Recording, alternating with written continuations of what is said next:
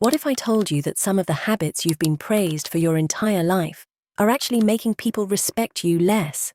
By being the nicest person in the room, over-explaining yourself, constantly making everyone else comfortable. The harsh truth is, being the nice girl is comfortable for others, but it doesn't make them respect you. What I'm about to tell you might completely challenge what you've always believed, but trust me, you will feel the difference instantly. And make sure you stay until the end, because I'll reveal my secret weapon, the Benjamin Franklin effect, a fascinating psychological principle that forces your harshest skeptics to become your biggest supporters. Let's start with the first of the 3 pillars. Pillar number 1, the verbal architecture. Respect starts long before people agree with your ideas. It starts with how you communicate them. Your words reveal how you see yourself, and people subconsciously pick up on that within seconds. Stop over-explaining. Here is a hard truth. Over-explaining is a submissive behavior. When you provide a laundry list of excuses for a simple decision, you're essentially asking for permission. Imagine a colleague asks if you can finish a report by Friday. A low-status response is, "Oh, I'd love to, but I have this other thing for marketing, and my car is in the shop, and I'm just really swamped, so maybe not." A high-status response, "I can't get that to you by Friday, but I'm happy to deliver by Tuesday." Period. State the decision. Stop. When you don't justify, you signal that your time and your word are enough. The power of silence. Silence is uncomfortable for most people. We feel the need to fill it immediately. But if you want to command a room, you need to own the silence. Next time someone asks you a question, especially a tough one, don't rush to answer. Stop. Count to 3 in your head. This pause does 2 things. First, it shows you aren't reactive. It shows you aren't reacting, you're responding. Confident people don't rush. They think first and speak second. Lower your voice, don't raise it. We've all seen the person who starts shouting to get their point across when a meeting gets heated. Does it work? Usually, it just makes them look out of control. Authority is quiet. If you want to be heard, speak calmly and deliberately. If the room is loud, lowering your volume actually forces people to lean in to hear you. Calmness is contagious. The calmer you stay, the more people instinctively look to you for leadership. Admit your knowledge gaps.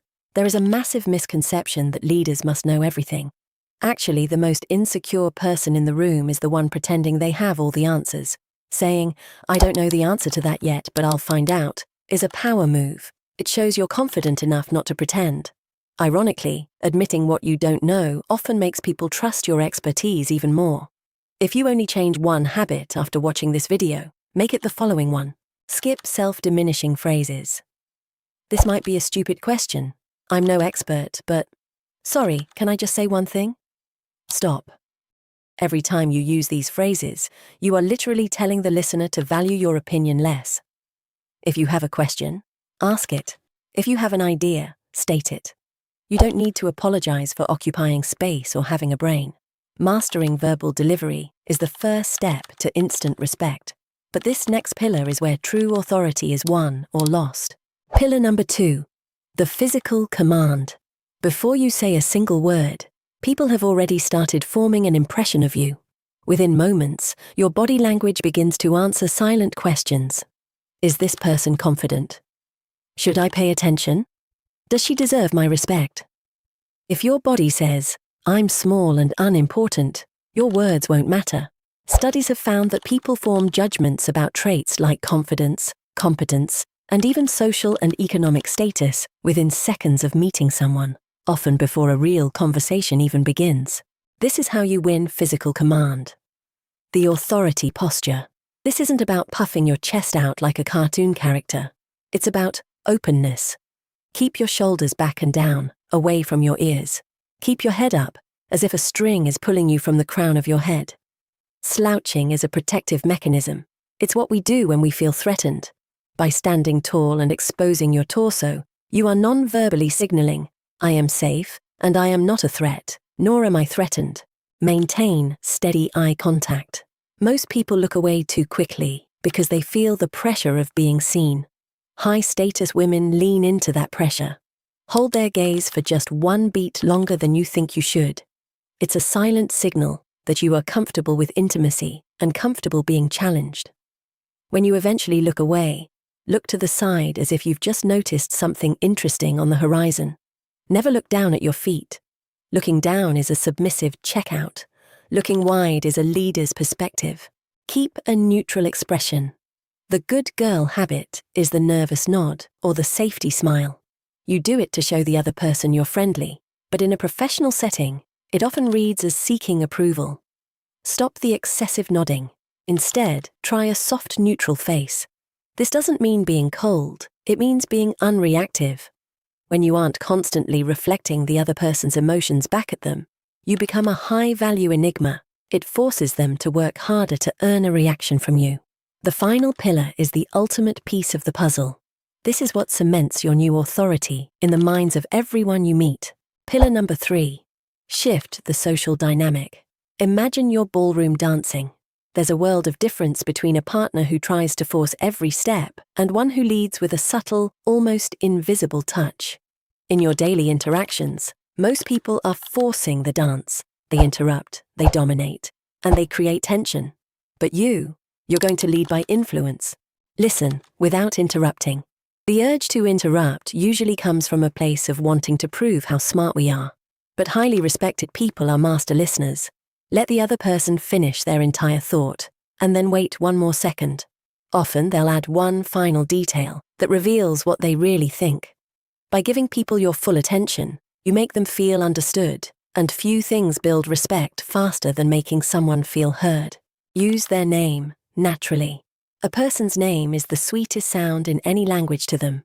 Using it sparingly creates an instant psychological bond. Instead of saying, "That's a great point," try, "That's a great point, Sarah." It moves the conversation from a transaction to a relationship. It shows you are present and focused specifically on them. Mirror and match. Skilled negotiators have used this technique for decades because people naturally feel more comfortable with those who seem familiar. Subtly, and I mean subtly, match their energy level and body language. If they use specific metaphors, use them back. This creates limbic resonance, a state where both brains feel they are on the same page. Set firm boundaries. People do not respect those who are always available. If you say yes to every meeting and every favor, your yes becomes worthless. Respect your own time. If someone asks for a quick minute and you're busy, say, "I'm in the middle of something right now, but I can give you my full attention at 4 p.m.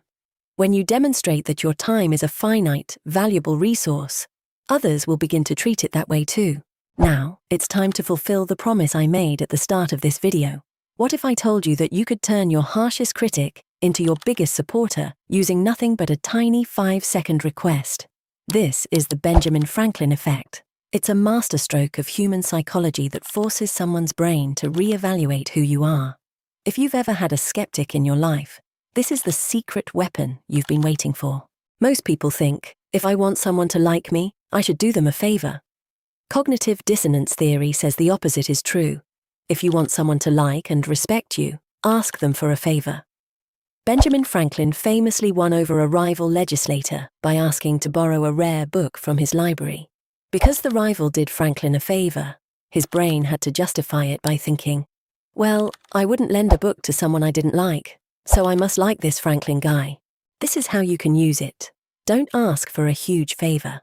Ask for something small, specific, and connected to the other person's expertise. Imagine saying, I've always admired your sense of professional style. If you were buying one blazer that looks confident but still approachable, what brand would you recommend?